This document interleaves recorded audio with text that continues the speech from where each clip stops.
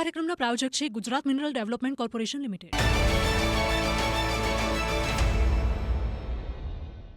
TV9 આયોજિત ગર્વ છે ગુજરાતી છું કોન્ક્લેવ કાર્યક્રમમાં આપણી સૌની સાથે ઉપસ્થિત TV9ના ચેનલ હેડ શ્રી કલ્પક કેકરે, મારા સાથી મંત્રી શ્રી જીતુભાઈ, આમંત્રિત સર્વે મહાનુભાવો, સૌને મારા નમસ્કાર.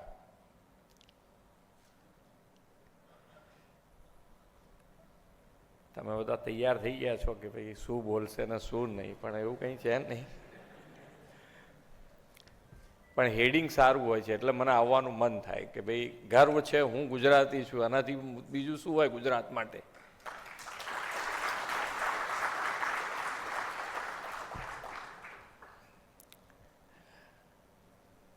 ને ગુજરાત અત્યારે આપણા માટે ડબલ ગર્વ છે કે ભાઈ આજે જે અહીંયાથી કીધું હમણાં કે જે વૈશ્વિક પરિસ્થિતિ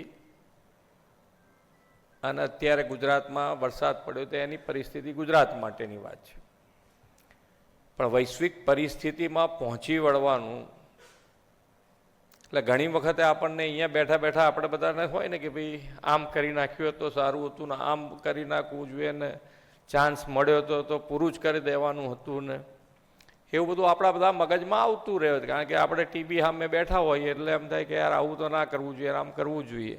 કારણ કે અને એમાંય જ્યારે ટીવી ચેનલ ઉપર આવ્યા હોઈએ, હું જ્યારે નગરપાલિકાનો પ્રમુખ હતો ત્યારે મને થોડુંક આમ શોખ જાગ્યો હતો. તો એ વખતે મેં મારી રીતે આમ આ બધા નથી અત્યારે માઇકો બધા 4-5 કેટલી બધી અત્યારે તો ચેનલો બહુ થઈ ગઈ, એ વખત તો ઓછી હતી, હું 99ની વાત કરું.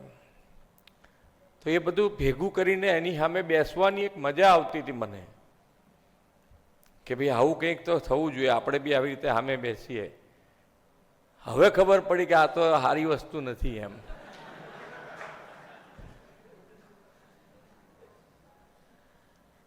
પણ ગુજરાત અને ગુજરાતીઓનો મિજાજ આપણે કહીએ છીએ, આપણી કહેવત પડી ગઈ છે, એક ગુજરાતી હોય તો ત્યાં સદાકાળ ગુજરાત જેવું તમને લાગે.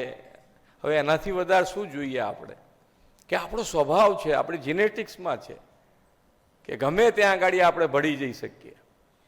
અને ભળી જઈ શકીએ એટલે હું જે મારો અનુભવ હું તમને કહું તો કે ભાઈ ગમે તેની પાસેથી આપણે આપણું કામ કઢાઈ અને નીકળી જઈ શકીએ આરામથી. અત્યારે હમણાં તો બધા શું શેની ચાલે છે વાતો, બધી જૈનજી ચાલ્યા કરતું હોય.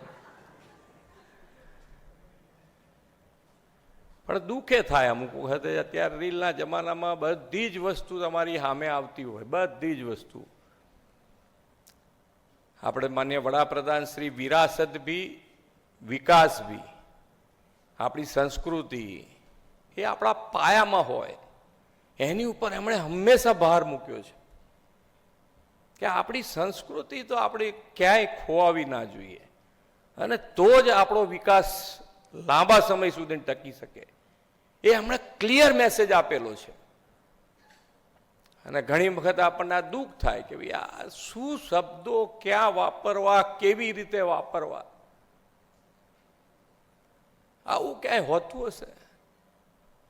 કઈ જાતનું અને શું કરી નાખવાના, તમે શું કરવા માગો છો, કોઈ ક્લેરિટી નહીં. આપણી સંસ્કૃતિ અહીંયા ઘણા બધા મોટાઈ બેઠા છે. પડોશીમાં જે વડીલ હોય ને એ આપણને એક લાફો મારી શકતો તો એ આપણી સંસ્કૃતિ છે. એને ના ગમે તો મારે આપણને, છોકરાને, કોઈને બી. શું થયું છે કઈ ખબર નથી પડતી. આપણો દેશ જે પ્રમાણે આગળ વધી રહ્યો છે, તમને બધાના આંકડા છે તમારી પાસે. અત્યારે કોઈને હું અહીંયાથી કહું તો તમને ખબર પડે એવી વાત નથી. તમારી પાસે ઓન મોબાઈલ બધી જ વસ્તુ છે.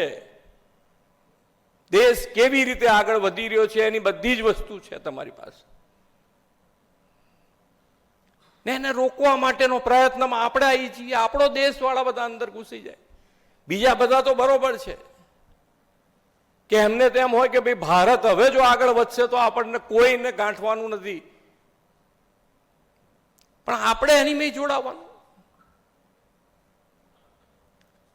અને તમારે જે ડિસ્કસ કરવું હોય, હું તમને એકલા કહું છું કે ભાઈ જો તમારે ટીવી કે આ રીલ બિલમાં ના પડવું હોય, તમારે જે પ્રશ્નો હોય કોઈ પણ પ્રશ્નના જવાબ આપવા માટે અમે બંધાયેલા છીએ ને તમે આપી શકીએ એમ છીએ.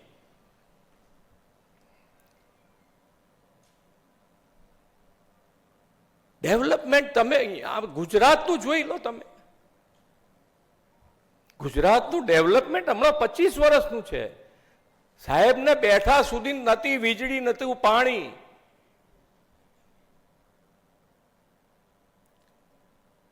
વ્યવસ્થા શું વ્યવસ્થા, કેવી રીતની વ્યવસ્થા, કેવી રીતની સેવા જોઈએ છે.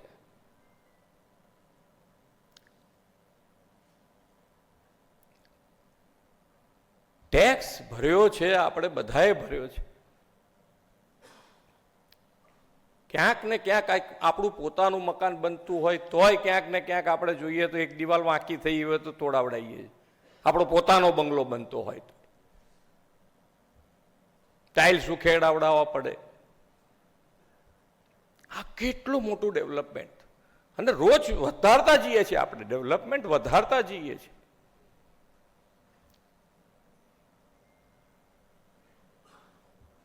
પચીસ વર્ષ પહેલાની પરિસ્થિતિ આપણે તો જોઈએ.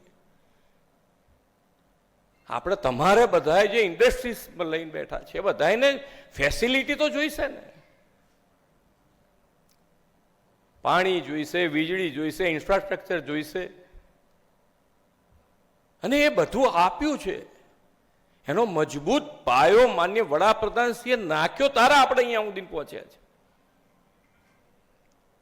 અને દેશ પણ એ રીતે આગળ વધી રહ્યો છે. આજે તમે સમજો કે વિકસિત દેશો જે કરી શકે એ આપણે કરી શક્યા. નહીતર હજુ હાઇડ્રોજન ચાલ્યા જ કરત, વાતો જ ચાલત. આપણે હાઇડ્રોજન ટ્રેન દોડાવી દીધી. એનાથી વધારે કયું ગૌરવ જોઈએ આપણે કે જે વિકસિત દેશો એના માટે શરૂઆત કરી શકે. આપણે તો ક્યાંય લાઈનમાં જ ના હોય, એવું જ મગજમાં હોય બધાને. અને પેપર ફૂટવાની ઘટના અને પેપર ફૂટવાની ઘટનાની સાથે શું જોડાયું, કેવી રીતનું જોડાયું, હું અત્યારે એની માટે નથી અહીંયા આવ્યો. મારો એ વિષય પણ નથી અત્યારે. પણ સહેજ આપણે બધા ધ્યાન રાખવું પડશે. અમારા મોંએથી નીકળે એટલે લોકોને એમ જ લાગે કે આ તો રાજકારણી છે ને ભાજપ છે ને ભાજપ માટે એ લોકો તો બોલે ભાજપનું જ ખેંચે ને. એવું ના હોય. ભાજપનું ખેંચવા માટેની વાત જ નથી. તમારે જે રીતની કમ્પેરિઝન કરવી હોય, જે પાર્ટી સાથે કમ્પેરિઝન કરવી હોય કરી લેવાની છૂટ જ છે ને. કેવી રીતે અમે રોકી શકવાના છીએ? પણ સાચી હકીકત શું છે એ આપણા બધાને ખ્યાલ આવ્યો છે. નથી આવ્યો એવું નહીં. જેટલા રાજ્યો પાછળ પડ્યા હતા એ ધીમે ધીમે ધીમે ભાજપમાં જોડાઈ ગયા. તમે જુઓ, બિહાર હોય, પશ્ચિમ બંગાળ હોય, અને એમના પાર્ટીમાં રહેવા તૈયાર નથી લોકો.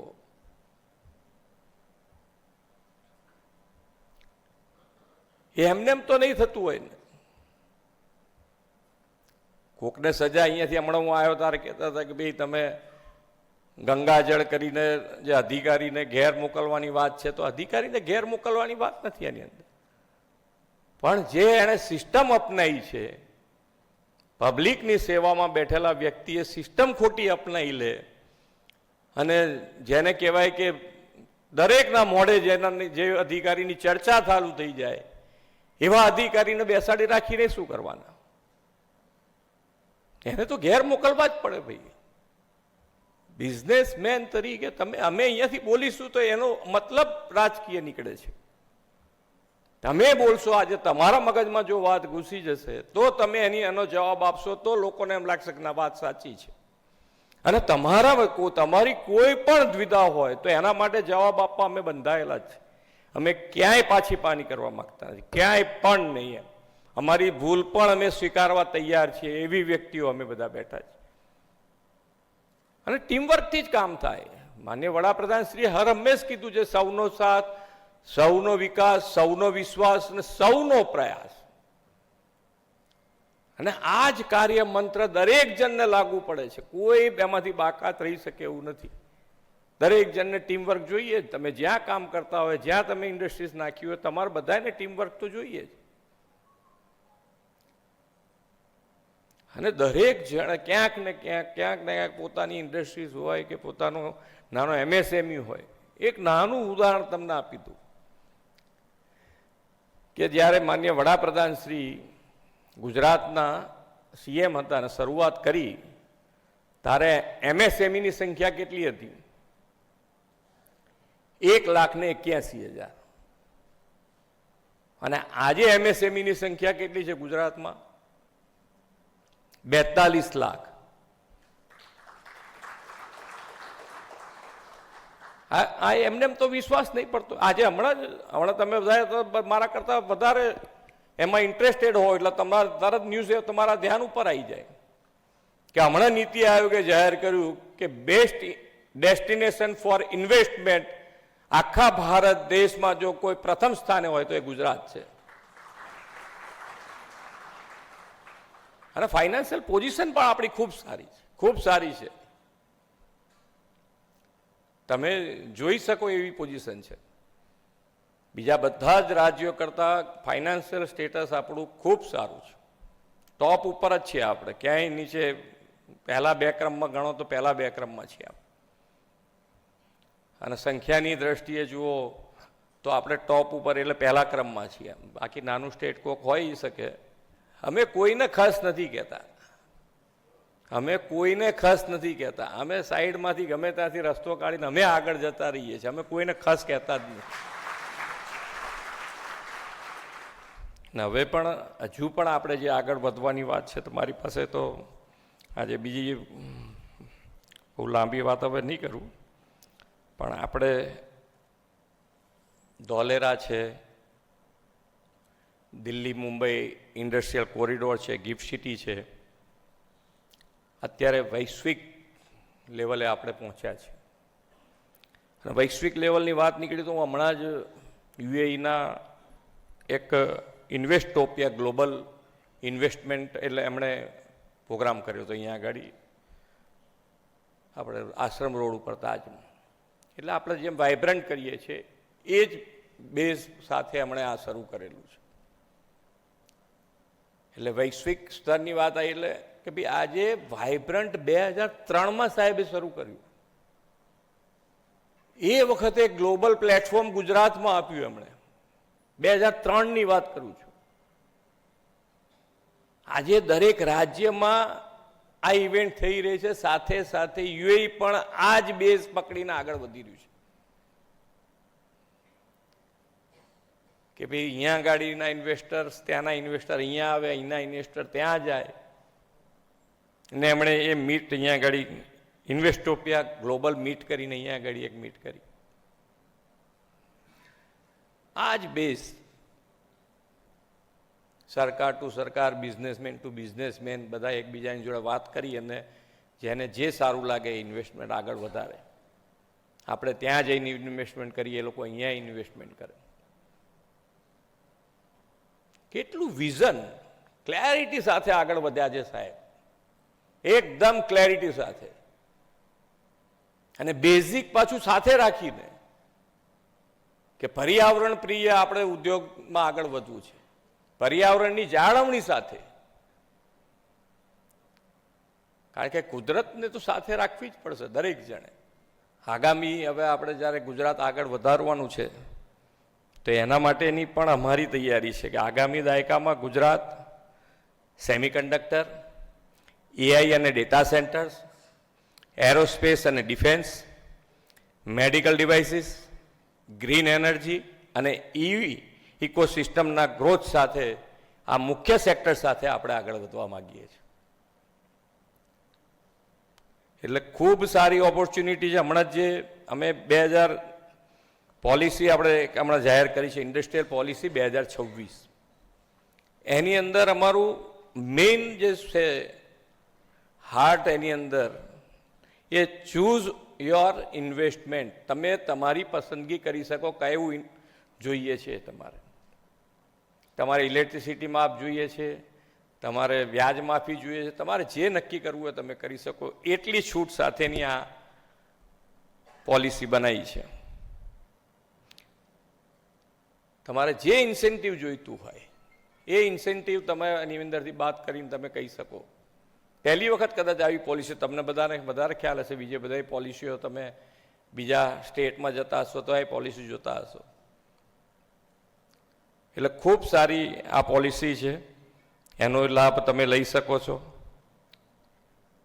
અને ચીપથી લઈને શિપ સુધી, હમણાં ગઈકાલે જ અમે એક શિપ બિલ્ડિંગ સેક્ટર માટેની એક નવી પોલિસી જાહેર કરી છે. એ પણ ખૂબ સારી શિપ બિલ્ડિંગ અને રિપેર પોલિસી 2026. એટલે દરેકે દરેક સેક્ટરમાં એકદમ ક્લેરિટી ગુજરાતે આપી છે. અને ક્લેરિટીની સાથે જ આપણે બધા સાથે મળીને આગળ વધીશું. અને તમારા સાથ અને સહકારથી જ ગુજરાત આજે ખૂબ સારી રીતે આગળ વધી રહ્યું છે. 2047 સુધીની વાત કરીએ, જે વિકસિત ભારતની વાત સાહેબને સંકલ્પ કર્યો છે, તો વિકસિત ભારત માટે વિકસિત ગુજરાત અને વિકસિત ગુજરાતનો 2047 સુધીનો રોડ મેપ ગુજરાતનો તૈયાર છે. અને એની સાથે સાથે એવું ખાલી ચોપડી તૈયાર કરીને બધાને આપી દીધું એવું નહીં, એને રોડ ઉપર ઉતારવાનું પણ, જમીન ઉપર ઉતારવાનું પણ ગુજરાત સરકારે શરૂ કરી દીધું છે. તમારે જે સેક્ટરમાં આગળ વધવું હોય, કયા ઝોનમાં કયું ઇન્વેસ્ટમેન્ટ કરી શકાય, એ બધું જ રેડી છે. તમારે ખાલી ઇન્વેસ્ટ કરીને તમે આગળ વધો. એટલે આપણે સૌ સાથે મળીને આગળ વધીએ અને વિકસિત ભારત માટે, વિકસિત ગુજરાત અને વિકસિત ગુજરાત માટે આપણે સૌ સાથે મળીને આગળ વધીએ. એ જ અભ્યર્થના સાથે વિરમું છું. ભારત માતા કી જય. વંદે માતરમ. જય જય ગરવી ગુજરાત.